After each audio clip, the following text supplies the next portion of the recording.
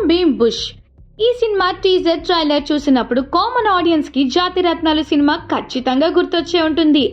దీనికి ఒక కారణం రాహుల్ రామకృష్ణ ప్రియదర్శి ఉండటం అయితే మరొక కారణం అదే రేంజ్ లో ఆడియన్స్ ను నవ్వించడం. దీంతో ఈ సినిమాపై తెలియకుండానే ప్రభావం పడింది. కానీ అందులో నవీన్ పోలిశెట్టి ప్రధాన పాత్రలో నటిస్తే ఇక్కడ శ్రీ విష్ణు యాక్ట్ చేశారు.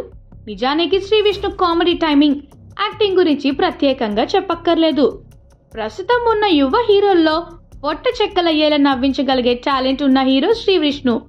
దీంతో శ్రీ విష్ణుకి తోడుగా రాహుల్ రామకృష్ణ, ప్రియదర్శిలను తీసుకున్నారు డైరెక్టర్ శ్రీహర్ష కొనుగంటి. మరి ఈ ఫార్ములా వర్కౌట్ అవుతుందా? ఆ ముగ్గురు ఆడియన్స్ ను ఎంటర్టైన్ చేయగలరా అనేది ఇప్పుడు చూద్దాం.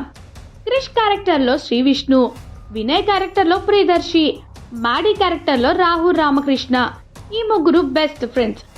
ఒకే వంచం ఒకే కంచం అన్న టైప్. క్రిష్ గా శ్రీ విష్ణు, వినయ్ గా ప్రియదర్శి, మాడీగా రాహుల్ రామకృష్ణ. ఈ ముగ్గురు బెస్ట్ ఫ్రెండ్స్. ఒకే కంచం ఒకే మంచం టైప్. ముగ్గురు తమకి తాము బ్యాంక్ బ్రోస్ అనే పేరు పెట్టుకుంటారు.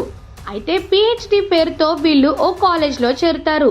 ఏళ్లు గడిచిపోతున్నా పిహెచ్డి మాత్రం పూర్తి కాదు. నిజానికి పిహెచ్డి మీద కంటే మిగిలిన వేషాల మీదే ఈ ముగ్గురికి కాన్సన్ట్రేషన్ ఎక్కువగా ఉంటుంది. ఇక కాలేజీలో వీళ్ళు చేసే చిల్లర పనులు చూడలేక వీళ్ళ దెబ్బకి ఏకంగా ప్రిన్సిపల్ రంజితే వీళ్ళ పేర్ల మీద పిహెచ్డి పరీక్షలు రాయించి సర్టిఫికెట్లు ఇప్పించి వీళ్లను బయటకు తరిమేస్తారు. ఇక ముగ్గురు వినయ్ ఊరు వెళ్తూ మధ్యలో భైరవపురంలో బండి ఆపుతారు.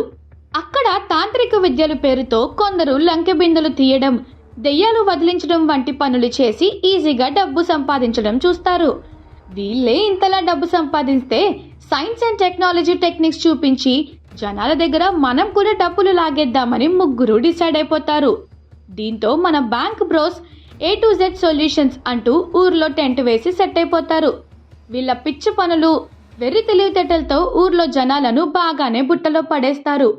వీళ్ళ రాకతో అప్పటి వరకు ఫుల్ బిజీగా ఉన్న తాంత్రిక పూజలు చేసే అఘోరాలకి పని లేకుండా పోతుంది. దీంతో వీళ్ళంతా దొంగ సైంటిస్టులు. వీళ్ళకి ఆత్మలను బంధించడం, గుప్త నిధులు కనిపెట్టడం తెలీదంటూ ఊరి జనాల ముందు పంచాయతీ పెడతాడు. అయితే దీన్ని జనాలు ఎవ్వరూ నమ్మరు.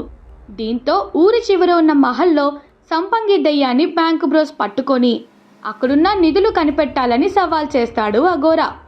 గుప్త నిధులు అనగానే టెంప్ట్ అయిన బ్యాంక్ బ్రోస్ సవాల్ని స్వీకరిస్తారు. కానీ దానికి ప్రతిగా 3 కండిషన్లు పెడతారు. మరి ఆ 3 కండిషన్స్ ఏంటి? ఆ మహల్లోకి వెళ్ళి సంపంగి దెయ్యాన్ని బ్యాంక్ బ్రోస్ పట్టుకున్నారా? అసలు ఆ ఆత్మ కథేంటి? వీళ్ళు సవాల్ గెలిచారా అనేది తెరపై చూడాల్సిందే.